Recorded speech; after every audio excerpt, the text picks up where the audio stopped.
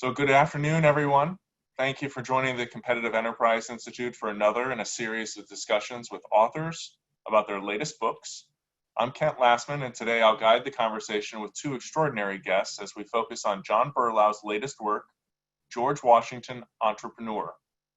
John's my colleague and a senior fellow here at CEI, where his work has focused on entrepreneurship, financial regulation, implementation of Dodd-Frank regulations, as well as innovation in capital markets. Prior to joining CEI, John was an award-winning journalist. We're joined by historian and economist Deirdre McCloskey. In addition to contributions to the study of feminism and gender, she is well known for contributing to our understanding of mathematics and applied price theory, the rhetoric of economics, and of course, history. She is the author of The Magisterial Bourgeois Era, a three-part investigation of the virtues, innovations, and the effects of the Great Enrichment. Deirdre is a dear friend of CEI and in 2013 was presented with our highest honor, the Julian L. Simon Memorial Award. Our program today is scheduled for an hour.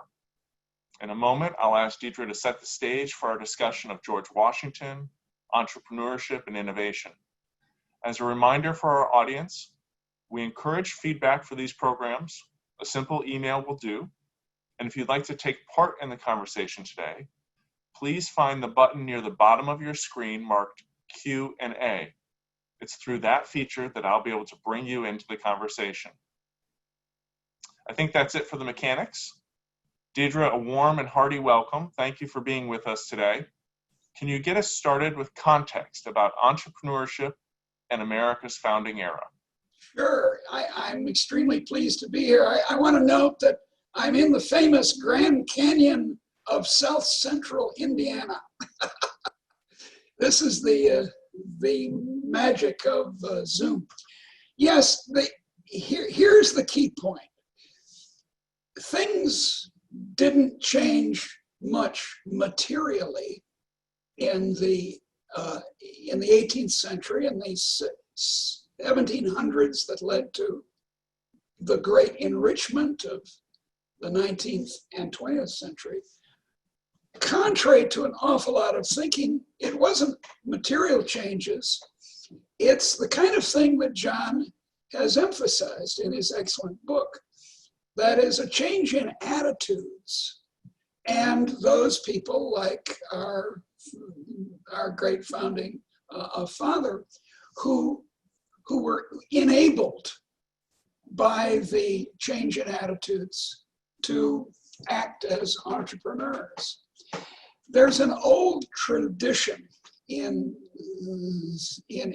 thinking about the history of invention, innovation, entrepreneurship from the great German economist and sociology Max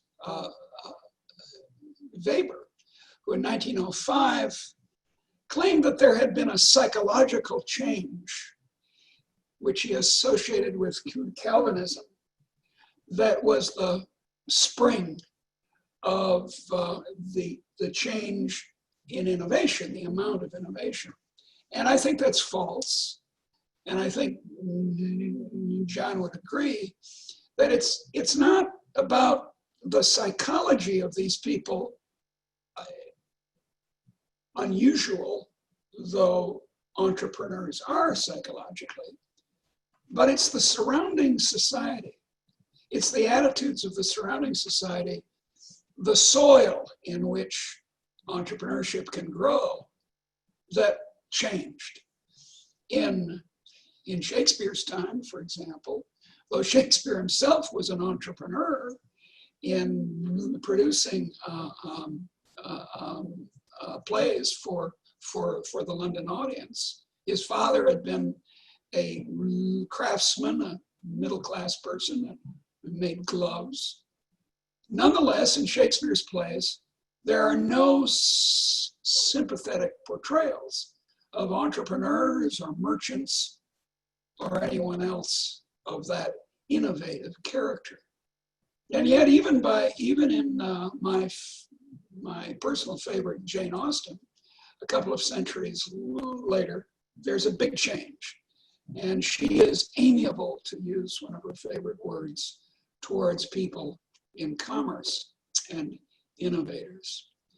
So that's the change. And George Washington is a startling, excellent example of an entrepreneur, a man in commerce, a man active in the economic world, who is permitted, although he was a very rich and powerful person in the Commonwealth he was in, but was enabled to flourish as a man of commerce. A man and a woman eventually of commerce could flourish in this new atmosphere. And here's the key. Here's my favorite word these days: liberalism. It's not the way we define it in the United States as, I don't know, moderate social democracy. That's not it. It's the classic definition of the L word: a society of assumption that everyone should be free. And of course, that bangs into the problem that many of the founding fathers from Virginia had, that they were slave owners. But what has happened in the last couple of centuries, I claim, and John's book is a splendid example of it, is that because of this change in attitude, more and more people were freed from slavery, freed from social and physical abuse in their pursuit of life, liberty, and the pursuit of happiness. So I ask the audience to buy and read John's book, and by the way, buy and read mine too. Eh? But I think it's an extremely interesting example of attitudes in the surrounding society making possible the astounding enrichment that's come with the modern world for the very poorest among us. John, Deirdre stressed here two ideas that I think fit together in a very interesting way. Washington was a man active in the world around him. Yeah. Right. He was active in commerce. He was active in peace. He was a man of letters, exchanging correspondence, and he was doing all of this during a time of rich ferment. She just discussed these changes in attitudes that were taking place. Help us get into your mindset as an author, as a researcher. Were those some of the ideas that you first pursued? Were those the sparks to get you writing about George Washington entrepreneur, or was there a different pathway, an on-ramp for you to the book, John? And I think you're on mute. Okay, thank you for, hear me now? Thank you so much, Kent and everyone at CEI for having this forum. And thank you so much, Professor McCloskey, for joining us and for your kind words about my book. And hope, here it is, George Washington Entrepreneur. Everyone buy mine, please, and buy Deirdre's. They're so great. So anyway, yes, well, I have been studying entrepreneurship for more than 20 years. First, as a business journalist for publications like Investors Business Daily, where I was a staff writer. And then at the Competitive Enterprise Institute, I first came here on the one-year Warren Brooks Journalism Fellowship, and then here I am 20 years later as a senior fellow, but studying entrepreneurship, what makes an entrepreneur, the entrepreneurial culture, and the culture of invention that Professor McCloskey talks about, and what are the public policy barriers. You mentioned Dodd-Frank. When I started here, I looked at the barriers of what Sarbanes-Oxley did in the 2000s, and it's still doing to making it so hard for companies to go public. And around a decade ago, Mount Vernon rebuilt the distillery Washington built. And that was the first that I heard that George Washington had ever had a business like a distillery.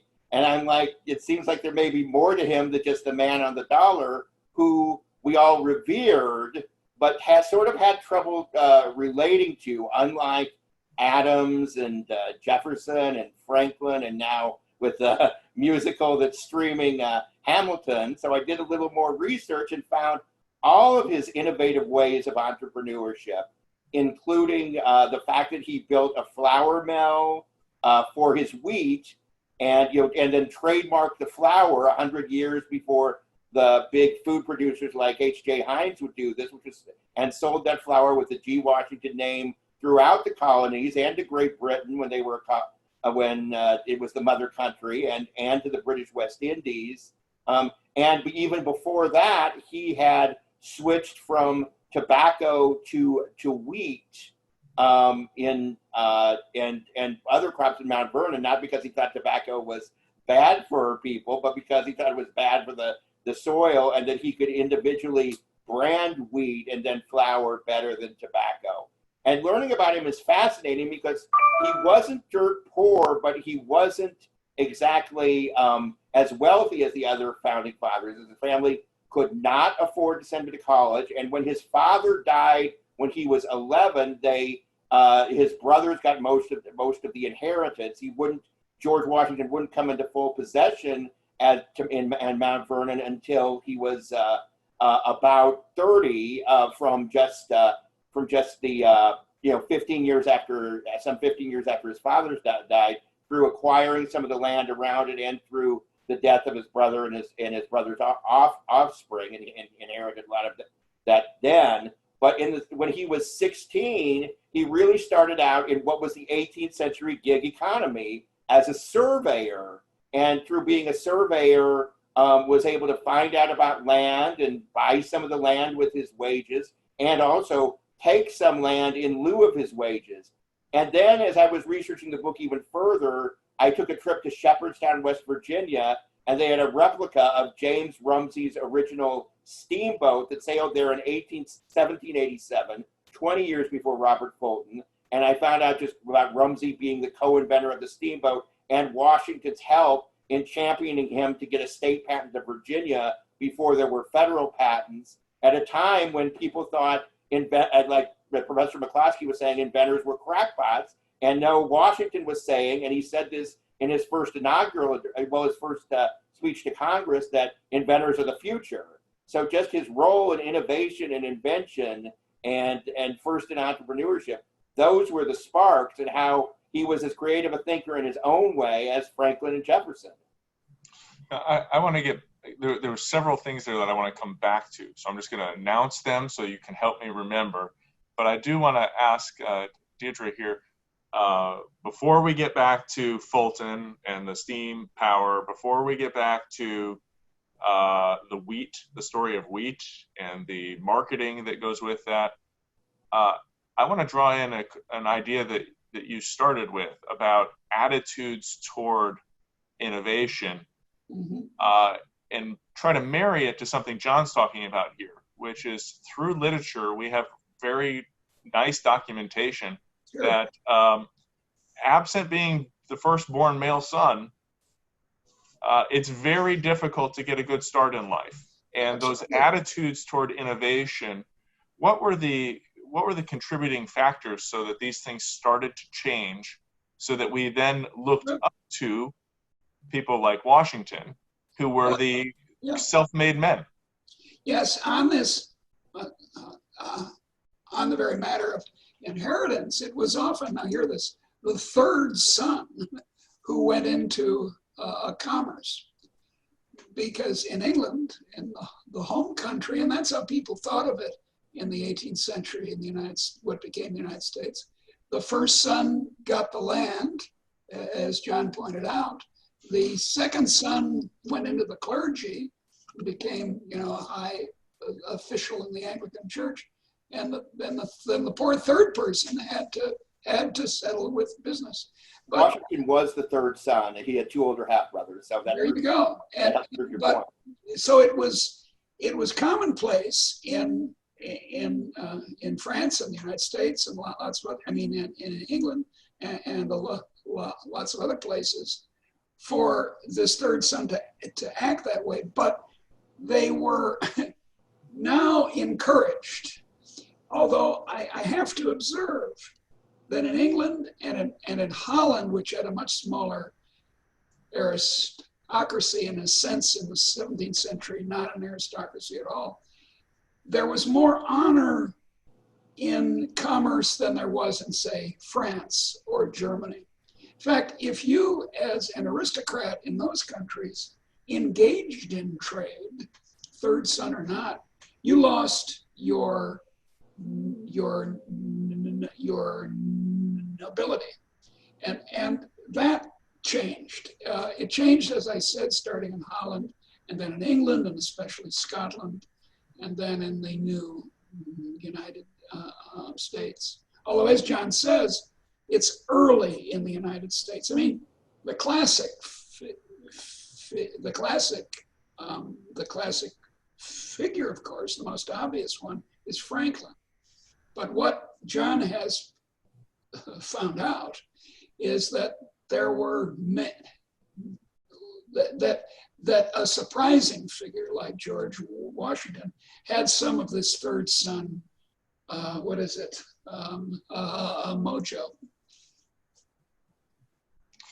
Let's see if we can get into, I'm going to bring in a question from our friend Tom. Tom Miller is watching, listening. Hi, Tom. And he wants to talk about what I flagged there. I want to get back to the story of the flower. And Tom asks, weren't the prime motivators for Washington to switch from tobacco the effect the plants were having on the soil, the monopsony of the crown, and the inability to distinguish his product, that his tobacco was of high quality? Is that the story, John, or is there more to it as far as distinguishing his crop in the marketplace?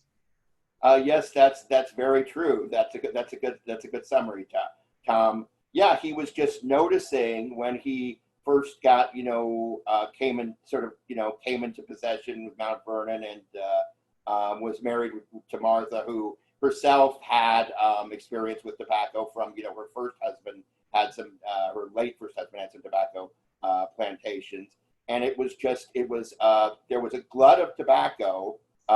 Britain was buying it. In fact, they were, some of the colonists were using tobacco as credit, and there was no way to distinguish it. And there are letters, I've, reprinted some of them about, where he's just frustrated. Why can't I get a better price for this? This is good tobacco. So it was the soil effects, which he was right about. Washington would read extensively about agriculture, the British agriculturalists of the day, including a gentleman named Jethro Tull, who a rock band would name itself after in the 60s. But Jethro Tull was wrote something called Hoe-Headed Agriculture. So Washington saw that the German immigrant farmers, the small farmers, were planting wheat, and that there was a ready domestic market for it because people needed to eat wheat, use it as bread, as flour. So he's like, if small farms can do it, maybe a big farm could do it better. So, and one of the things, but tobacco was a status symbol for people to grow. But Washington wasn't afraid when something wasn't working to adapt and plant wheat. He also planted hemp and used hemp to do things like make fish nets for a fishery, and then would eventually build the grist mill, the flour mill, which Mount Vernon has also rebuilt. And then, and this goes into Washington making policy, his first political job was at the House of Burgesses. He created a law where people could register their names for flowers if the flower met certain standards. The law was available to everybody, so it wasn't cronyism, but Washington went, and I have the documentation in my book, to the Fairfax County Court and registered the G. Washington brand or label 100 years, before there were trademarks in the United States. and then that he was able to make a national brand just throughout the colonies and Great Britain and the British West Indies. In fact, he was so successful in his business that John Adams, when nominated Washington to be the head of the general of the Continental Army, actually cited Washington's quote unquote independent fortune. So it's reasonable to assume that the Continental Congress and others were very familiar with Washington's business success. Yeah, but observe, he was also, in the same way as he was in the business world, flexible as a general.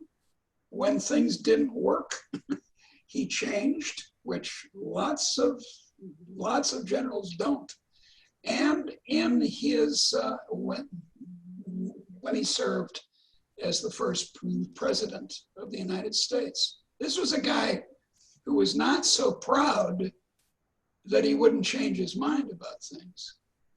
Right, and he was not so proud that he would ask questions of anyone, including women who were not his wife. The first part of my book, I talk about where he wants to build a greenhouse. He loved citrus fruits. That's the thing. He loved pineapples. His only trip offshore was a trip to the Barbados, where he had oranges, lemons, and limes. He just loved them his whole life. So after the time, when he came back from being general and thought he would spend the rest of his life at Mount Vernon, he wanted to build a greenhouse to grow those things. And there were no greenhouses in Virginia. There weren't very many in the United States, but there was one in Maryland that the widow Margaret Carroll was having, and he wrote to Margaret Carroll as an eager student, and certainly wasn't afraid to take business advice from a woman. And he's like, the letters are just so, you see a side of Washington, they're just so gentle. It says, please explain this to me. I'm so grateful to you, and just really humbling himself before her. And he wasn't afraid to do that. We should have more of those men. We should. Well, I have a question here from David, and maybe we'll do Deirdre first and then John.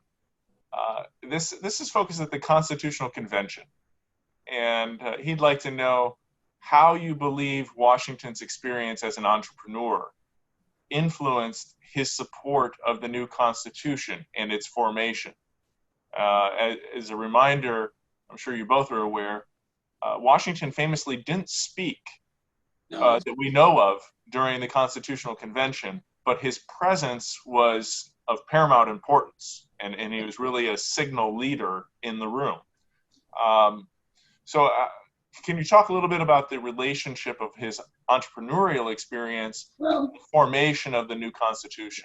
Suppose this is all reversed, and we're talking about Britain and a similar event happening, suppose, in Britain. The chair would be a duke, and the duke would not bring, what can I say, an approval of commerce into the into the room. It would be, let's have kings making people dukes, and let's have this hierarchy going.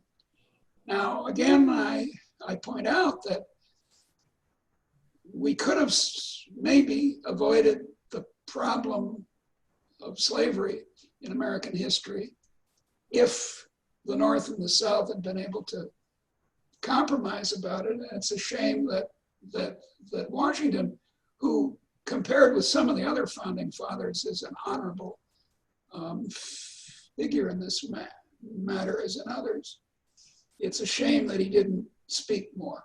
But incidentally, Franklin was the same way. He was there as a very old man, and he hardly ever spoke. So it was his modesty, but also his feeling of how to be a leader.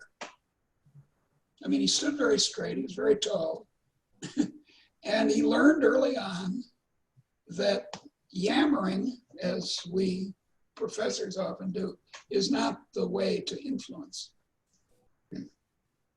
And John, did you have something to add on that? I did. Yes, that was.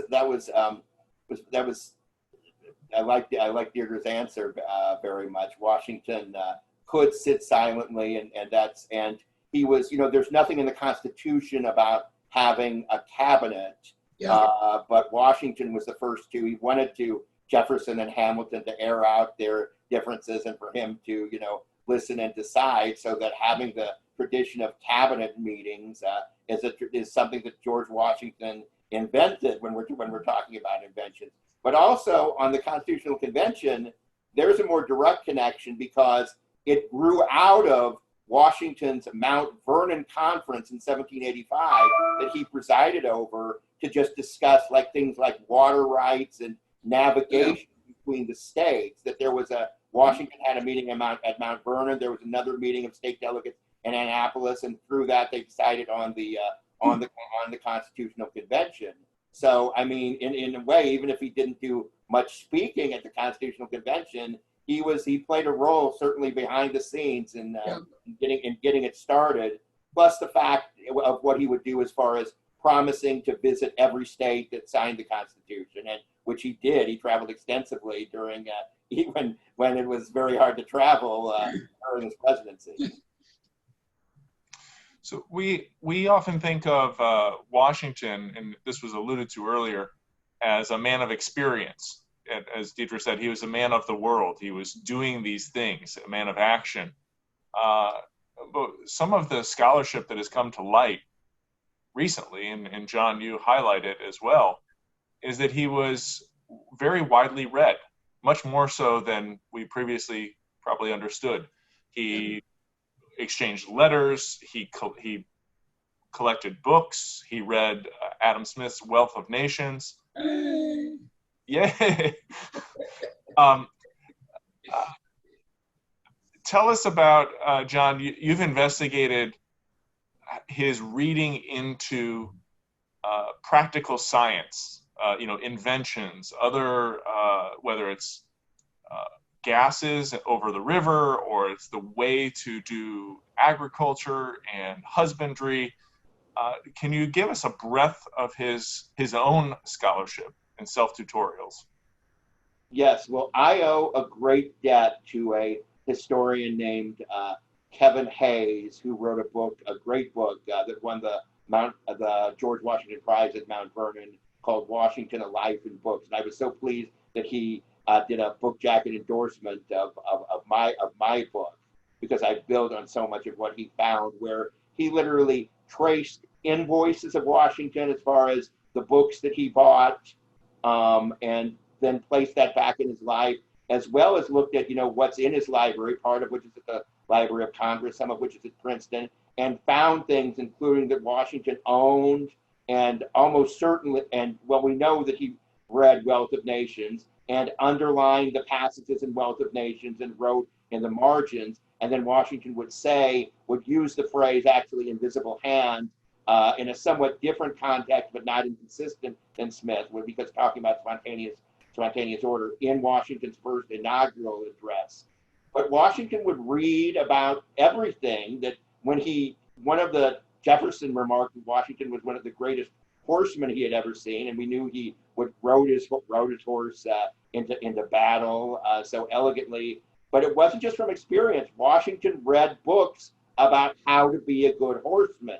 He would, how to do jumps, how to take care of sick horses. On agriculture, he read the books of the day, Jethro Tull, and he also read and corresponded with the British agriculturalist Arthur Young, and wrote about things like land conservation and private conservation, as we call it, as well as things like crop rotation. And like I said, we're not going to, there's not going to be free land here forever, and we need to take better care of the soil. And he would use this. He would perform scientific experiments on his own, including he read Thomas Paine, and of course, had Thomas Paine as sort of an embedded reporter in the war. Thomas Paine, who wrote Common Sense, was so influential in the Revolution. But one time that Thomas Paine was a guest at where the Washington's home he was using during the war, while things were winding down and they were awaiting the peace treaty of Paris. And Washington and Paine heard about fires on the river, and And so they lit torches and put it on the river and basically proved that there was natural gas. That was in the Millstone River in southern New Jersey, near where all the fracking is in Pennsylvania. And scientists I've talked to think that's as important, if not more important, than Benjamin Franklin's famous kite experiment.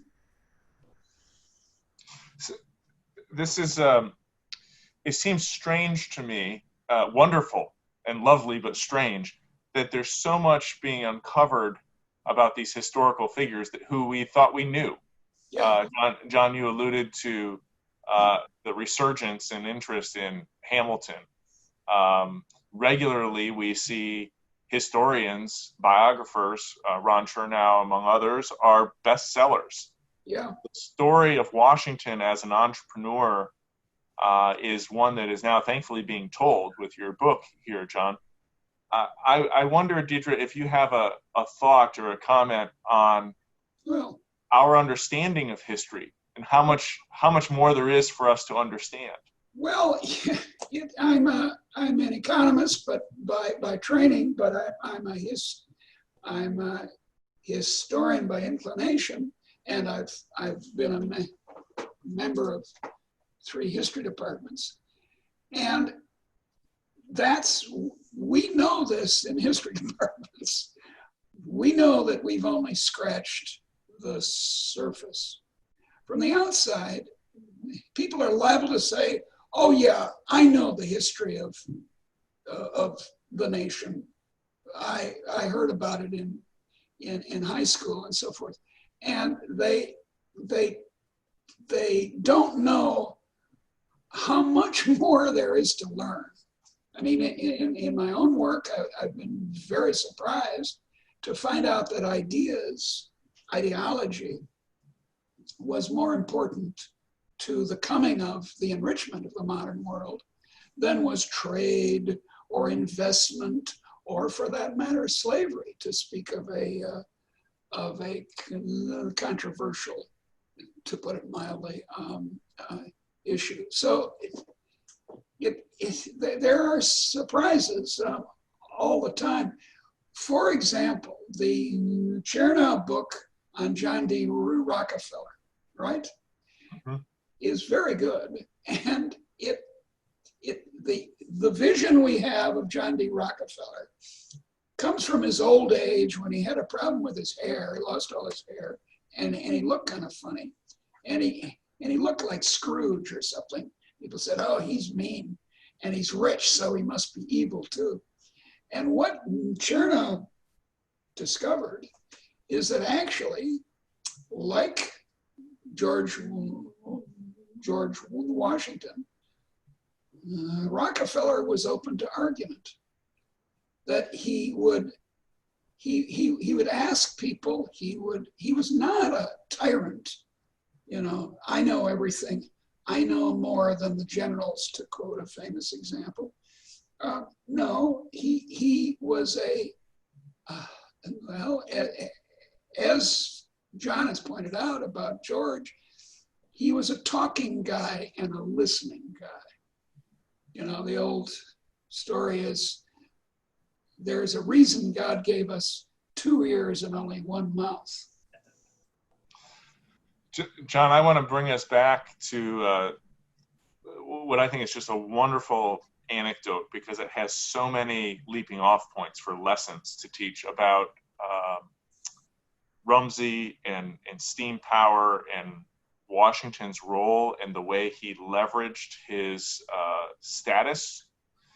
Before I do so, I want to remind everyone in the audience, if you want to take part, if you have questions or comments for our speakers today, Deirdre or John, please find the Q&A function found at the bottom of your screen, and that will help us feed the questions into them. And like I said, John, could you tell us what's the fact pattern around Rumsey and the relationship that Washington had to promoting steam? Yes, thank you. That's a very interesting question, and it goes to what Deirdre talked about, the limitations of knowledge, that sometimes historians, not Deirdre, of course, but some of the best historians are limited by their own sort of specialization. Like they may write about history, biography of political figures, but they don't write about the history of science. And I come from a journalism where they say journalism, you have to know a little about a lot because you're talking to people who know a lot about a little.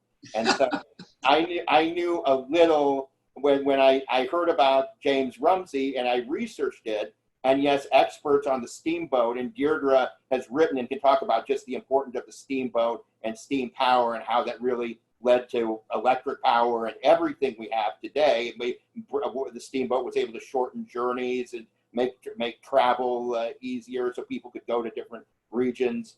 But when I read about Rumsey in the scientific journals and confirmed that after my visit to Shepherdstown that he was, he should be credited along with John Fitch as the co-inventor of the steamboat, and that basically Robert Fulton was like Henry Ford, who successfully commercialized it, which is an accomplishment, but a great accomplishment, but it's not the same as an inventor. But then I thought I'd look up James Rumsey and some of the books about Washington, and he just got one page, and they basically, the biographers described him as a failed inventor. Well, he tried to invent this boat, and Washington helped him, and he failed. And at best, it's like Washington, was sort of, was foolish, but was kind of, trying to be helpful with a new tinkerer. And as I say in my book, that's kind of like saying Thomas Edison was a failed inventor because he tried to invent, he was unsuccessful at making the light bulb work 500 times without mentioning, on the 501st time he did that. So the story is Washington, and by the way, some historians, I put that in their book, and I put their otherwise excellent biographers. Richard Brookhiser, who endorsed my book, who's written great books, has said, he was wrong about this and thanked me for finding that out and was glad to have that new piece of knowledge, was very, very gracious and very kind about it. So, but Washington was traveling to his western lands. He had those from his real estate speculation in his early days. It was 1784, a year after he retired as general. He went to Bath, Virginia, which is now Berkeley Springs, Virginia, and Rumsey was an innkeeper there. Rumsey showed him this model boat of what the time was like a pole boat, but when you just, was sort of automatic. There was nothing to row upstream, and that's what Washington was looking for. He was convinced, for commerce and for the country, that for the country to be united, you'd have to make travel on rivers easier. And he saw this boat and the potential of what Rumsey was doing, and wrote this letter of endorsement for the boat.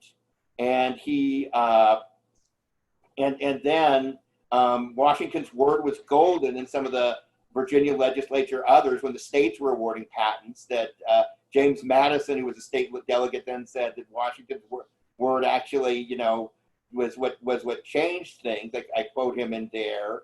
And then John Fitch, who was working on the steamboat, would later visit Washington, and Washington said, and he was a private citizen at the time, I've already with Rumsey torch, and Fitch was sort of angry. And then George Washington wrote a letter to James Rumsey, said, someone has an invention very close to yours, you better get going on that. Washington had also given Rumsey a job in the Potomac Company, so he could, while he was trying to improve the Potomac River, could work on the steamboat invention. And then 1787, a few months after the Constitution, steamboat successfully sailed, Rumsey steamboat, 6 miles in Shepherdstown, West Virginia, where it was Shepherdstown, Virginia, now Shepherdstown, West Virginia. And then as president, Washington, after the U.S. Patent Office was created, one of the first patents Washington was signed was to James Rumsey and John Fitch for the invention of the steamboat. And Washington would praise inventors in his first address to Congress. So he played a role in making it so that inventors weren't seen as self-indulgent crackpots and actually as what Deirdre writes, the benefactors of the world. So you stressed there something I think really important. It was not just tinkering to tinker, but it was tinkering to improve life, to make things better, right? Being able to unite the country means we had to have navigable rivers upstream. This is a theme that Matt Ridley stressed when he joined us for a book forum a couple months ago. Deirdre, you've recently been writing about innovism. Yeah. But what do you mean by that term, and how does that apply to the story we've just heard about Washington? Well, I want people to stop using the word capitalism. It's a very, it's a kind of, it's a scientific error compressed into a single word, because it strongly suggests to people that the spring in the watch, the mechanical watch, is investment. And it's not. It's the kind of ideas that John was just speaking about.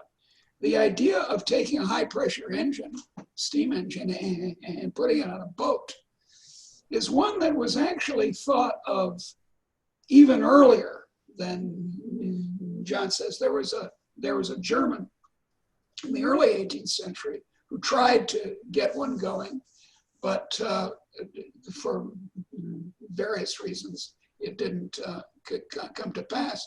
But on patents, for example, James Watt had a patent in Britain that lasted until 1800 on the separate condenser, which was crucial to the operation of steam engines, of improvement in them.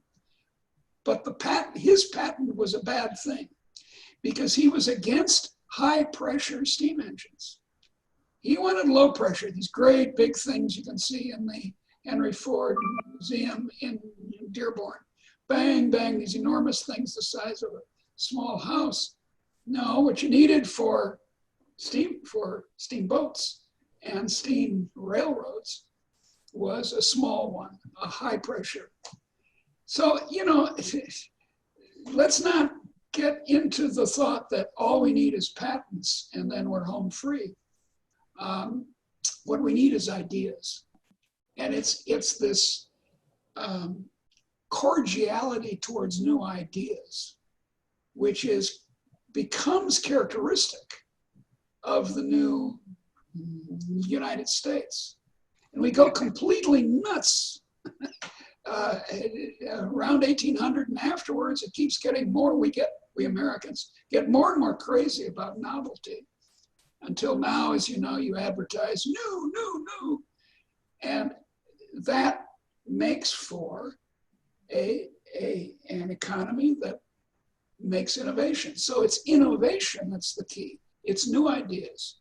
So innovism is a much better word for this thing we have, not just in the United States, but now worldwide. Now, is this something that what is special about America's role, right? You touched on the Scottish Enlightenment, the developments of the coffee houses and finance development in Northern Europe. But this attitude shift, did it happen here only? Did it happen here first? Was it best here? No, it can happen in any society. As we see now by the economic success, if not so good in other ways, of China and India, which when I was a kid, when I was a young economist, we thought that China and India were hopeless. They weren't ever going to experience economic development because we were focused, as economists tend to be, on investment as the spring. And investment isn't the spring, it's ideas. But the big idea in the United States, and I think we'd all agree with this, was equality. Equality of permission.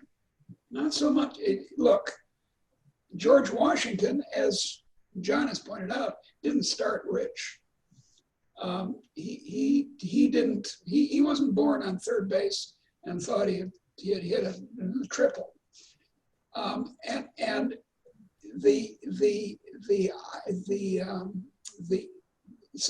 In all societies, there are innovative people. But if you don't have the surrounding cordiality towards innovative people, you don't have a great enrichment. But what was special about the United States worldwide was its emphasis on equality. Now I say again, the man who said all men are created equal, God, we hold these truths to be self-evident, owned slaves and had children by his slave, Sally Hemings. So it was a hard coming we had of it, but the way other countries, other places in the world viewed the United States right up to the present is the land of equal permission. The land where you could start a distillery without the permission of the king. John, you've written recently about what Washington has to teach our current moment. We have statues coming down. We have re-examination of the values of these people from history. What are your thoughts on Washington's lessons that can be applied today? I think there are a lot from Washington's lessons about his entrepreneurship, his belief in innovation, his respect of all people that I talked about, his association with the Freemasons, which have, even though they're secret elite, they've been championing that, and had famously had just no distinctions among like religious groups. In fact, Washington spoke at the Toro Synagogue in Rhode Island in the 1790s, where he said the U.S. gives to bigotry no sanction, and at the synagogue, and he was invited there by a fellow Freemason from Rhode Island, Moses Sykes, and he referred to, talking about Lodge brothers, but he referred in the letter to Sykes as a brother. So he did, and I'd say his views on slavery, through where, of course, he wasn't perfect, no one was, but they evolved through seeing free blacks fight in the Revolutionary War, also seeing blacks, the enslaved workers, perform in new positions at some of the places like the grist mill and distillery. And he began to express in the letters. And by the way, I make the case, the letters, I mean, there was a thing that Benjamin Franklin supposedly had been said, that three may keep a secret if two of them are dead. Washington's letters were published, some of them in his lifetime, so he knew if he wrote it in the letter, it might very well become public. And he did actually speak of the cruelty of the slave trade, and the Fairfax Resolve he signed with George Mason in 1774, calling for the England to, before they broke away from England, to end the slave trade, not end slavery itself, but the slave trade, but also mentioned the fact of its cruelty. And then, of course, in his will, he went further than all other the founding fathers when he freed all of the slaves that belonged to him, more than 100. And he was the only founding father who had slaves to free all of his slaves. And he set up a pension for some of the older enslaved workers that Mount Vernon was paying until the 1830s, and also tried to provide for their education. So he grew up when slavery was the natural order, as slavery was in a lot of places. I mean, Aristotle wrote about natural slaves, so it was a relatively new idea that all people should be free and that all are created with equal moral worth from God or from human nature or whatever you believe. And he came around to that view that, in fact, I agree with some historians who call him a gradual abolitionist. So he bettered his era, and he set up the system to better his era where you could realize, equality under the law. Whereas I think some people like Woodrow Wilson in the 20th century worsened his era when he resegregated the federal government, showed Birth of the Nation, the White House, and other things he did, like jailing dissidents. So you have to think about, were they better than their era? What did they grow up in, and what did they do to improve things? And what were the other great things that they did? So I think, yes, to take a measured approach, and that everyone can learn from his respect for innovation and entrepreneurship, that, you know, and having that apply to everyone, and also learn from his mistakes. Entrepreneurs and people make mistakes. So not, you know, he was a flawed figure, but he was a heroic figure and great figure in many ways that everyone can learn from and should learn from. Franklin, by the way, had the same history, somewhat compressed, with slavery. He owned slaves, but then he changed. He came to understand that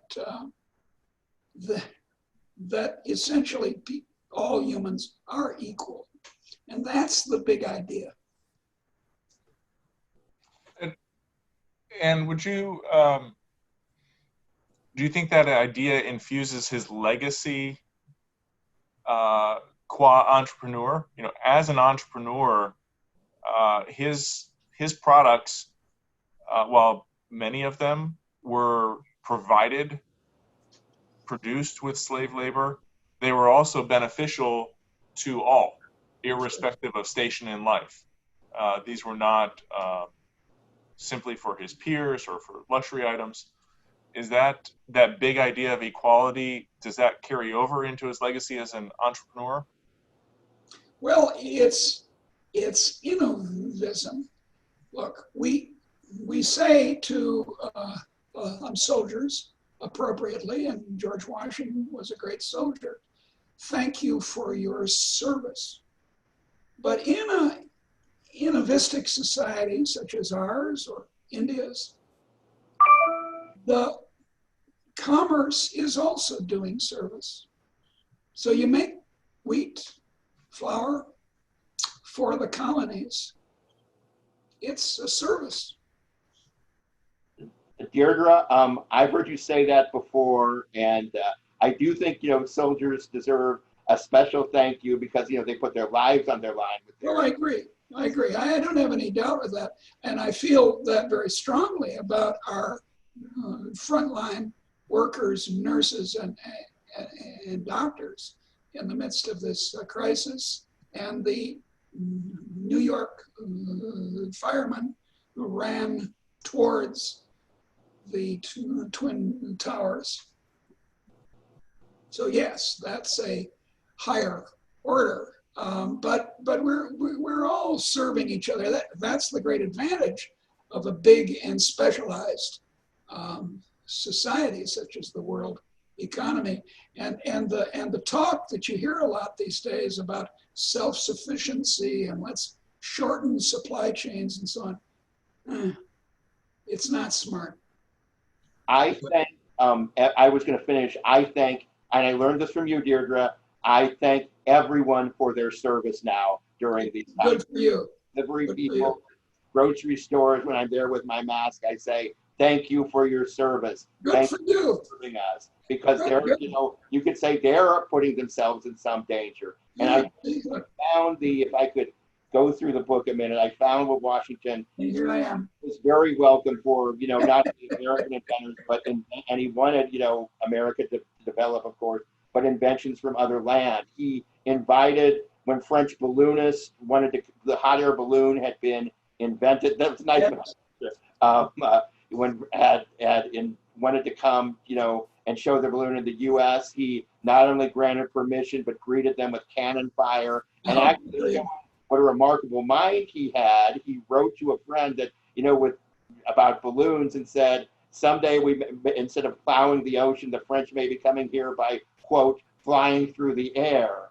But in his speech, his first speech to Congress in 1790, I guess the equivalent of the State of the Union, he called for the, quote, introductions of new and useful inventions from abroad and, quote, encouragement of skill and genius in producing them at home. There you are. Yes, he was open to people from everywhere, and this was felt like he could learn from anyone. So I think that's something very remarkable about him that we can learn. Well, he was an open-minded man. That's so obvious from your book. Thank you. I am really impressed with the ability to draw out the stories to illustrate how commerce and the development of these new practical applied innovations Sure. really do cultivate an empathetic impulse. We become more interested in, more kind toward our fellow citizens through commerce and through exchange and through interaction. And the stories here in your book, John, are wonderful to that effect. I want to thank you for the work that you've put into it. We want to make sure that you also continue promoting it so that we get this word out and more people read the story about George Washington entrepreneur. Deirdre, I am delighted as I am each time I get to talk to you. So thank you for joining us from your Grand Canyon of the southern Indiana plains. Before we sign off, I want to remind our guests a handful of things. The book is available on Amazon, so if you can't get to your bookstore, find it there. John Berlau, George Washington Entrepreneur. We have another in our series of Repeal for Resilience forums next week on the 15th. We'll be focused on healthcare policy. We'll be joined by Dr. Roger Klein, our own Joel Zinberg, and Greg Conco for that discussion. So please tune in for that. Make sure to register. And then in the coming month and a half, we have not one, not two, but 3 new book forums lined up. And I will very quickly tell you the authors and the dates. On the 23rd, we have Bjorn Lomborg with his new book, False Alarm. Our very own Ian Murray will be discussing his soon-to-be-released Socialist Temptation. He'll be joined by Kevin Williamson of National Review. And then on August 18th, my friend Tevi Troy will be in to discuss his recently released book on the interactions of the White House and White House staff from Truman to Trump. It's called Fight House, so look for that on August 18th. Before we go, final reminder for our audience, you will be prompted for a survey as we wrap up. Please take that. We take it very seriously, the feedback that we get. I want to thank you all for joining us, and a special thanks to John and Deirdre here this afternoon. Thank you. Thank you so much, Ken, for all your encouragement in writing this book and the culture of innovation you provided and you lead at CEI. And Professor McCloskey, Deirdre, thank you so much for all your writings that have enriched so much of our understandings and for your kind words about my book, George Washington Entrepreneur. Thank you, John. And with that, we'll close.